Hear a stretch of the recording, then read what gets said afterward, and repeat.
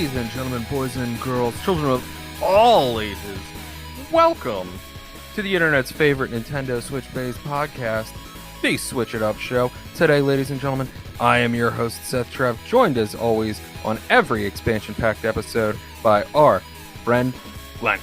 Hey, buddy, how you doing? I'm doing really well, my guy. I feel like I have risen again. I feel like a bona fide god. It must be because today I get to review Doodle God Evolution. Oh. What about you? What are you bringing us today? Well, sir, unfortunately, I suffered from a bad dream in a coma. And my review is I will be reviewing a bad dream coma, and it is a doozy. Oh my god.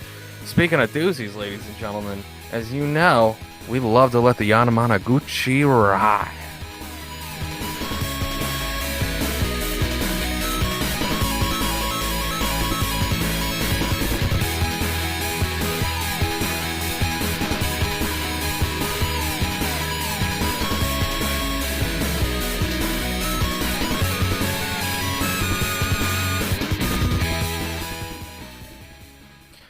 Anamanaguchi. Get at them. Let them know that they should cut us a legit theme song for the Switch It Up Show. Because that would be pretty awesome. I'm sure they'll get right on it. God willing. And my God willing, because I got to play Doodle God Evolution, where you are basically God. It is currently $6.99 on the Nintendo eShop. And you don't get any gold coins when you buy it digitally. Unleash your imagination and be a god. Create and change your planet with each new reaction. The whole world is in your hands. Doodle God Evolution is a unique edition of the well-known game that includes not only the classic Doodle God, but Doodle Farm as well.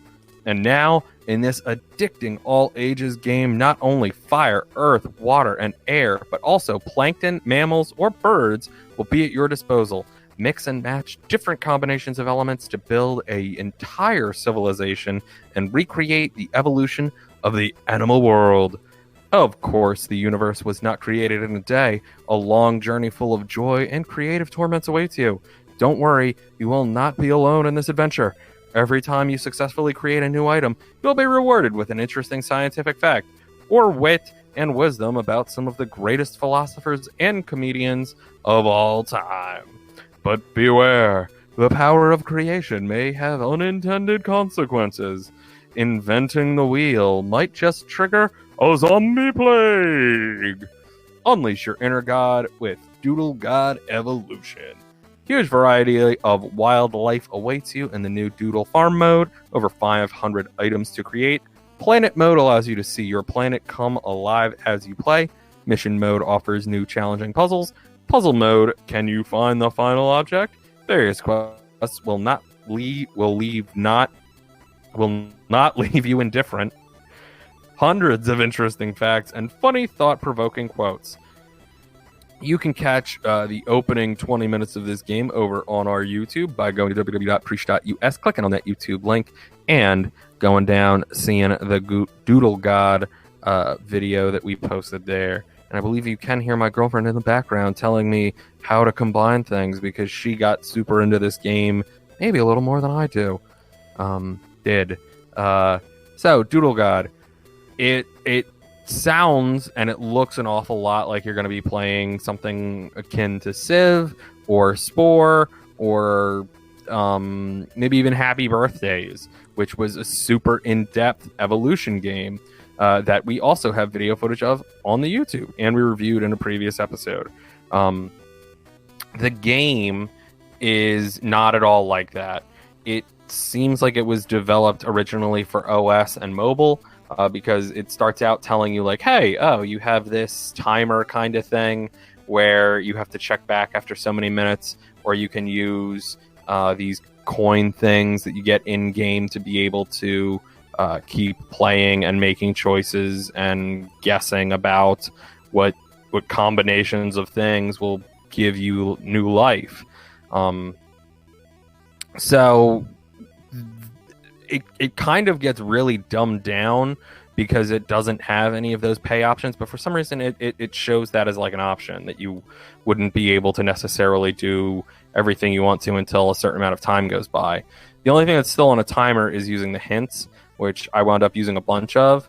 And you can kind of use in an unlimited number unless you run out of coins, but you keep getting coins every time you create new elements. I guess it is elements, mammals, bacteria, plants, things like that. You will get more money, so you can keep using those hints. That being said, you can just sit there and try every combination of things and see what happens. A lot of the time, I wound up doing that because I had no idea what was supposed to combine to make certain things. Like glass. For some reason, glass was hard to get going, which is an element that you do need. It's cool, though, because you can achieve different things as time goes on. What I think is really good about this game is that they have a sort of quest mode where it gives you sort of more of a storyline, but it's the same elements where it's just pick, choose, see what takes, see what you unlock that way, see what you get. So it is fun. It's really, really addictive because it's one of those things that's just like, I just want to see what's going to happen to the world. I want to see what's going to keep going. I want to see what I'm going to get. I'm interested in these items. There is some kitsch, kind of funny humor to it. Things like the fact that like there's a sort of macabre or mythical sort of area where you have like zombies, werewolves, vampires, various like monsters, a dragon, stuff like that. And like if you combine a dragon and a human, you get a hero and 2 piles of ash or something like that. It's something in 2 piles of ash, which I thought was pretty funny. I was like, oh, okay, cool, you know. It is fun. It's a lot of fun, but it's also incredibly simple. And graphically, there's not much going on, but it's clean and clear and as good as you kind of would want it to be. I wish there was a little bit more happening. I wish you could see more going on in the world map mode. Like, none of it moves. It just adds different creatures and things all over your map as you get things like skyscrapers, knights, very like a tree monster kind of deal. It looked like dinosaurs are in there, stuff like that. Because it was so fun, the music is okay. Could be a little better. Could have more variety to it, but it's pretty on point. For a super simple, easy to go puzzle game, I'm gonna give Doodle God Evolution for the Nintendo Switch a 4 out of 5. I feel like that's a really good score, despite some of your concerns. It's just so addictive. I feel like when a game hooks you that much, you can't like really hate on it that much, can you? No, definitely no. not. And you know me, I'm the basic boy gaming over here. I love these very, very simple games, and like I said, the girlfriend like pulled it out off of me. She was like, I need to do this. I need to take this game. I need to be playing this right now because I just want to like make these choices. And I'm like, you're not hitting everything. You gotta hit like more stuff on here. And she's like, no, I'm not just gonna go through and select everything. And then I'm like, didn't you try that? Did you try it? No. We try it out and immediately it's an element. I'm like, there you go. It's fun. It was a lot of fun to play with her. So be sure to check out the video, see what you think of it. Let us know how the start of playing God is in Doodle God Evolution. There you go. There you go, ladies and gentlemen. So in my game, we're gonna take a little bit of a shift. We're gonna kind of turn that, I guess, excitement down a little bit, trying to bring you into like I wish I had some like scary music I can play. Our music's so upbeat. Ooh, that's it. You're gonna hear plenty of sounds like that in Bad Dream Coma, which is available on the Nintendo eShop. It's been around for a little bit now. This is a couple weeks ago. This is January 24th, 2019. It is $9.99 on the eShop. Unfortunately, no gold coins when you make this purchase. Let me go ahead and give you a little bit of the synopsis. Welcome to Bad Dream Coma, a point-and-click adventure game where a unique minimalistic art style creates an unforgettable and atmospheric experience.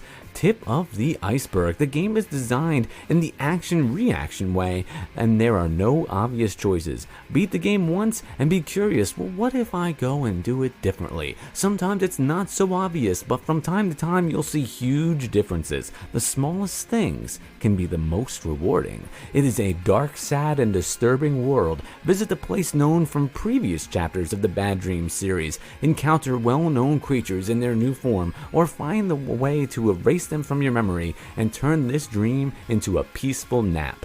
It features a highly atmospheric world created simply yet beautifully, with graphic design and carefully selected sounds, non-linear gameplay with high replayability, hidden content for curious players, and an original soundtrack. Now, this is in fact a point-and-click adventure game, and it is in a kind of monochromatic scheme. Everything looks like it is kind of like hand-drawn on different colors of almost like aged paper. And basically in this, you are just going down for a nice, a nice evening's rest when you are suddenly trapped in like this nightmare type world. Hence, of course, the name Bad Dream Coma. Now, I was unaware of the fact that this is kind of like, there's a few games in this series. This is my first experience with any of these games. And even so, I wasn't at a loss for what's going on. You're pretty much just thrown into this weird dream world, trying to find a way to get out and or wake yourself up. And what's neat about this is that it is very much point and click type of playing. The same type of inventory system that you would see in like a Maniac Mansion or a Sam and Max, where as you go through and start to explore the levels and solve puzzles, you have inventory where your items pop up on the left hand side of the screen. You have to click them to select them to make them interact with other type of things, and it's very traditional in that sense. So if you've played a lot of point and click adventure games, you're going to be right at home with this. This is a mature rated game. Some of the puzzles and graphics that you see and actions that you have to take are definitely of the more mature nature. There are a couple things that kind of made me cringe a little bit. I'm like, do they really expect me to hit this animal with this crowbar? And they do. They do they do in fact want you to do it. They do a very good job at maintaining that this is like a nightmare, because the puzzles, like they said in the description, are not necessarily things that make logical sense, but might actually happen in like a dream type world. So things are not always as they seem. So you have to make sure that you really take advantage of kind of exploring everything as much as possible. If something looks off, definitely go ahead and try to figure it out.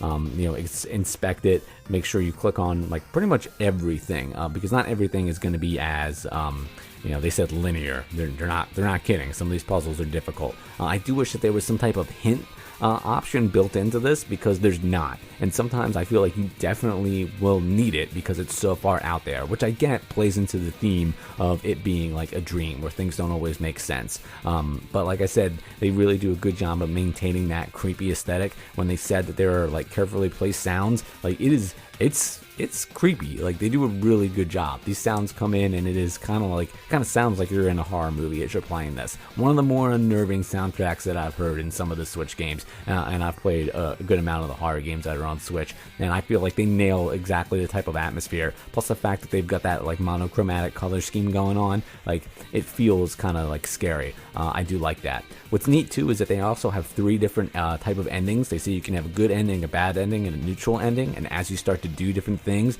in the levels, they will actually affect what type of ending you're going to have. So you never really know kind of which one you're going to end up with. So when they say there's multiple endings, there very well could be. So if you're one of those people who likes to explore and get the different types of endings, this is also going to be right up your aisle.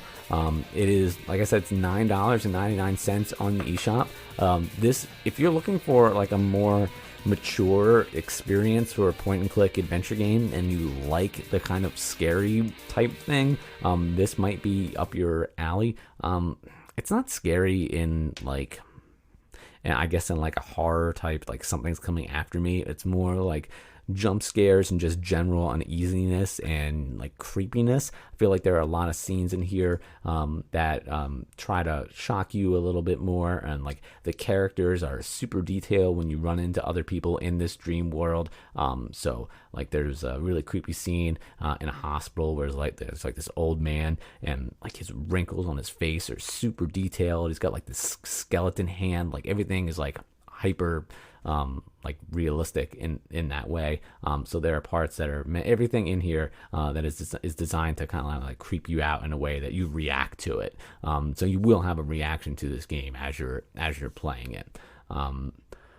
I don't know, like, I mean, I love horror and everything like that, but this is like a different type, kind of like how in my other show, Tales from the Crib, we talked about Hereditary, where it is more about like the atmosphere and like the feeling of like general uneasiness, and I feel like this is that personified in like a game where there's all these different type of like creepy actions that you're like, oh, I don't want to do this, but the game kind of feels like it's forcing you to do certain things to make the story progress. But they do say that there's multiple ways to be able to solve these puzzles, and sometimes because the answers aren't necessarily, as like they said in the description, linear, sometimes you're going through trying to solve things and you figure out like, oh, like you make like a breakthrough and you're like, oh cool, I want to do this to progress. Then you have to kind of like weigh the option of, okay, like if I do this, how will this affect my ending? And is there possibly another way that I can do this, so I don't have to do this creepy thing that it wants me to do? I don't want to spoil any of the things in the story because it's all kind of like, those moments of shock are like kind of what propel this game, because it's like scene after a creepy scene, so I don't want to have to take away from you. This is an interesting game. This game, it delivers exactly what it says it's going to, and that's bad. It feels like a bad dream. The question is, will you wake up? I'm gonna go ahead and give this a 3.5. This game just didn't resonate as much with me, but it's completely successful at what it does. It just wasn't my cup of tea. That's all. Yeah, that makes sense. Yeah. It's a unique horror game. It sounds like. Yeah, definitely, man, definitely, and it's not your typical, not your RE2. Yeah, no, I want to be afraid of like a thing. I don't want to be afraid of like I don't know. It's of a feeling. Yeah, it's the atmosphere is super good, and it's not just like I can appreciate like like the atmosphere of like a haunted house. Like, is there a ghost or something like that? But they're doing like a lot of scenes of like shock, and I'm just like, oh, okay. Like, I get it, that's creepy. Like, but we'll see. Someone out there loves this game, and if that's your thing, you will be super happy.